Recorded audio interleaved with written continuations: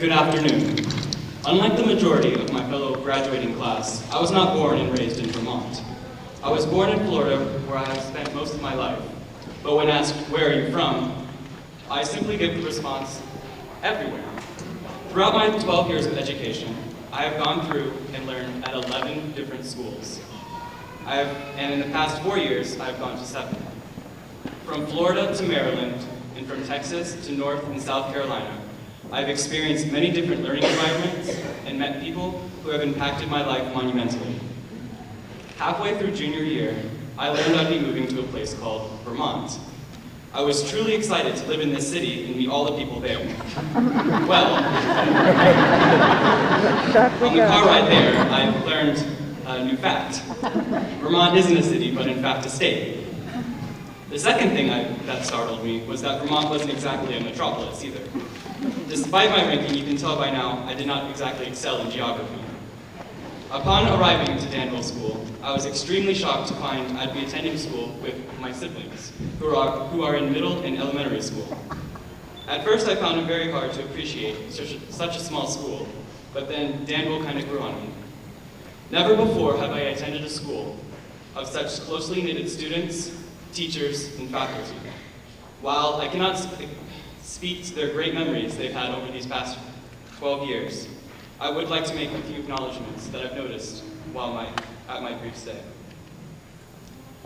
Their perseverance in athletics, their pride for their school, skills in the arts, dedication to their community, respect for each other, love for Maple products, and enjoying life. Working alongside these individuals has taught me lessons I will carry with myself for life. The 14 months I've spent here have been the most beneficial months to my character and understanding of the important aspects in life. In return, I would like to give some advice to my fellow classmates for when they go off into the world on their own, and that is, you are not on your own. Whether you are staying right here in Vermont or moving to some foreign state across the country, you will have people there that are going to support your endeavors. From family and friends, you will receive love and pride to keep you moving forward in the direction of success. We all know that we are still young and make mistakes, but that's okay because even adults make mistakes as well.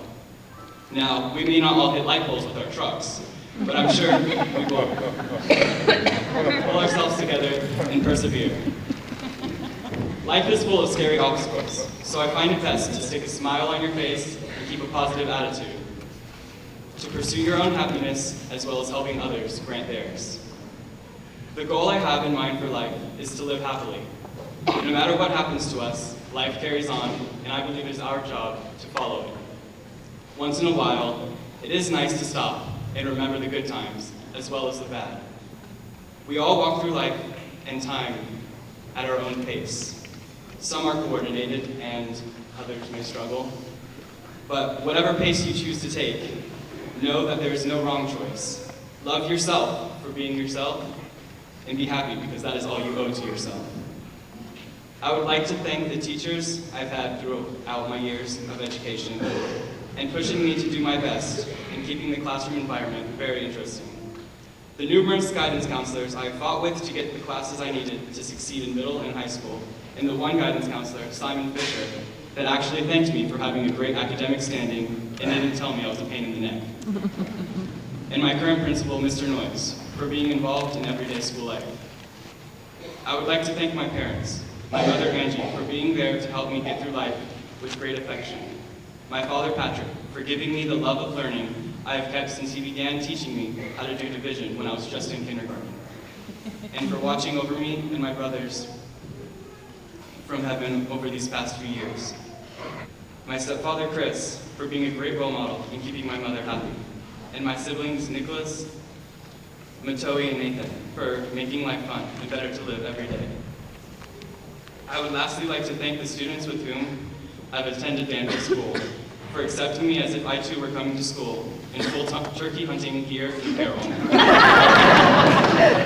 I would like to thank my good friends, Raina, Ashlyn, Nikaya, Kyla, Catherine, and Shane for making Danville School fun and exciting. I would also like to thank Gabe and Chris for being the best friends I've had in many, many years. You guys are really great and are like brothers to me. I'm very glad to have been able to come here and meet you all, because without all of you, this year would not have been the same for me. Our days here, fellow Indians, have come to an end. While we will all go our separate ways, Danville will be a true home we can always return to someday in our lives. While it is sad to say goodbyes and tears will run down our cheeks, we must remember that our years in school only represent a fraction of our lives. What we did here may soon seem insignificant. The drama and little fights will not matter anymore. What will matter is the friends we have come to make, the community we have come to develop in, and the family that we have come to thank and love. Our future is bright. All dreams and aspirations are achievable. Please let happiness into your lives and allow it to stay and grow there. Nothing will stop us in achieving what we are determined to have. I would like to leave you with our class quotation, perhaps something familiar we can live our lives by. Even if you fall flat on your face, you're still moving forward.